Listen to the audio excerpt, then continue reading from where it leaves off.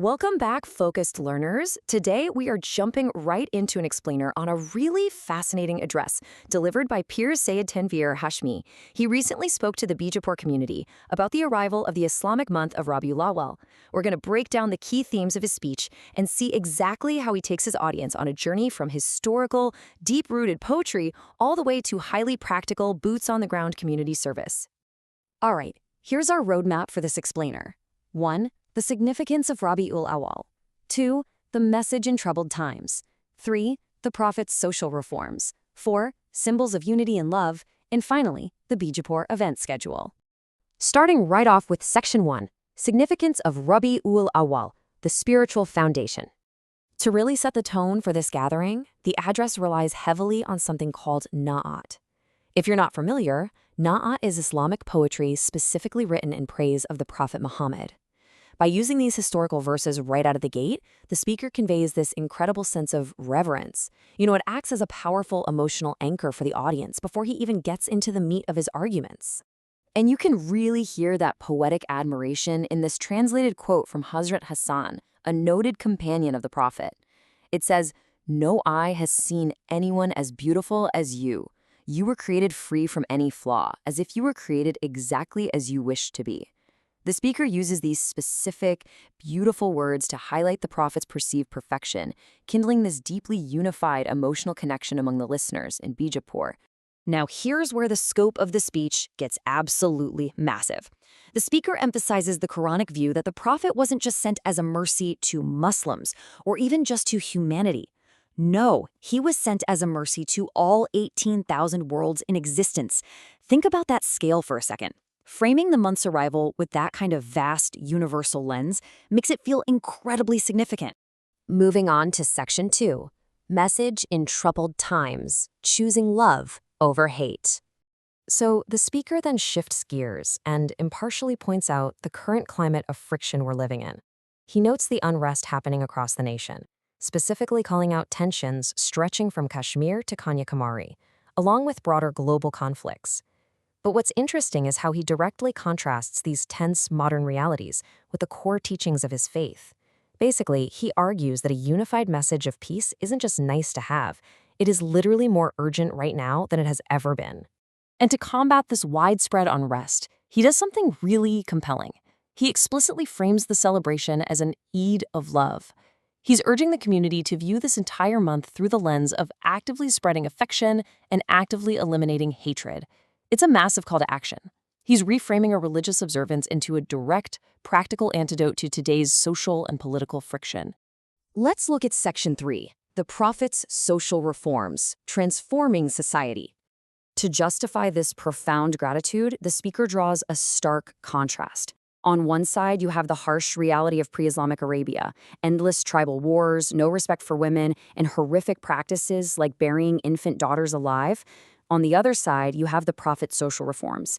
He highlights the dramatic shift towards peace, treating daughters as an absolute honor, establishing the beautiful concept that paradise lies beneath a mother's feet, and the massive unifying shift to Tawheed, the oneness of God. This total historical transformation of human rights is the bedrock of why the community celebrates today. Which brings us to Section 4, Symbols of Unity and Love, Traditions and Flags. The speaker explains the theological reasoning behind the Prophet's practice of fasting on Mondays. Turns out it marks 3 huge life milestones: the day of his birth, the day he declared his prophethood, and the day he received his first revelation.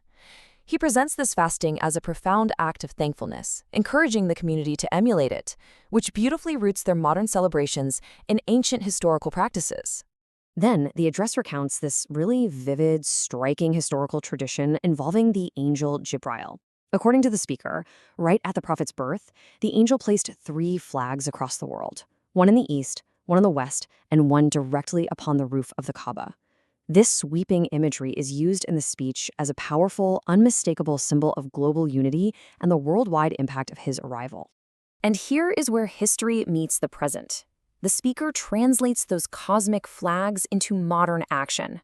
He urges the local community to fly their own flags throughout Bijapur, put them on homes, on shops, on vehicles. But he stresses that the core purpose isn't just decoration. No, it is to visibly, publicly project their commitment to love and unity to the entire city.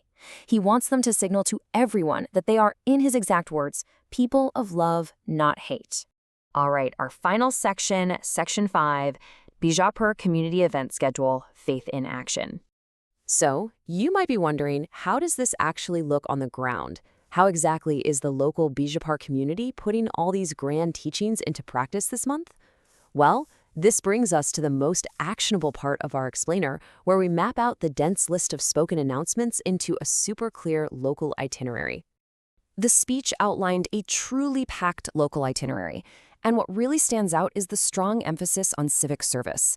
You've got a blood donation camp on September 20th, free eye checkups on the 24th, and general health clinics, all woven right alongside celebratory events like the bike rally and the poetry competitions. It's literally their faith translated directly into civic duty. Now, for the main procession on September 28th, known as the Jolus, the speaker meticulously outlined the route right through the heart of Bijapur. It passes key landmarks starting from Gol Gumbaz all the way down to the Nehru Darbar school ground.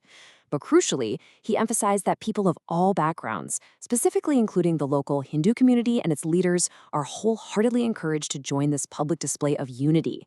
Highlighting that September 20th blood donation camp, the speaker dropped a quote that just perfectly captures the heart of this message. He said, "We are not those who shed human blood. We give our blood to save human lives." It totally encapsulates how the community is using their theological framework of mercy and love to drive vital, real-world, life-saving social services.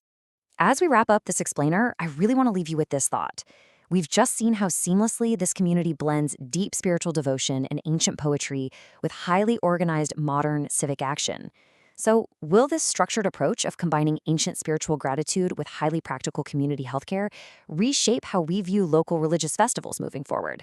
It definitely challenges the traditional boundaries between internal faith and external community service, doesn't it? Thanks so much for joining me for this breakdown. Keep seeking clarity, and I'll catch you on the next explainer.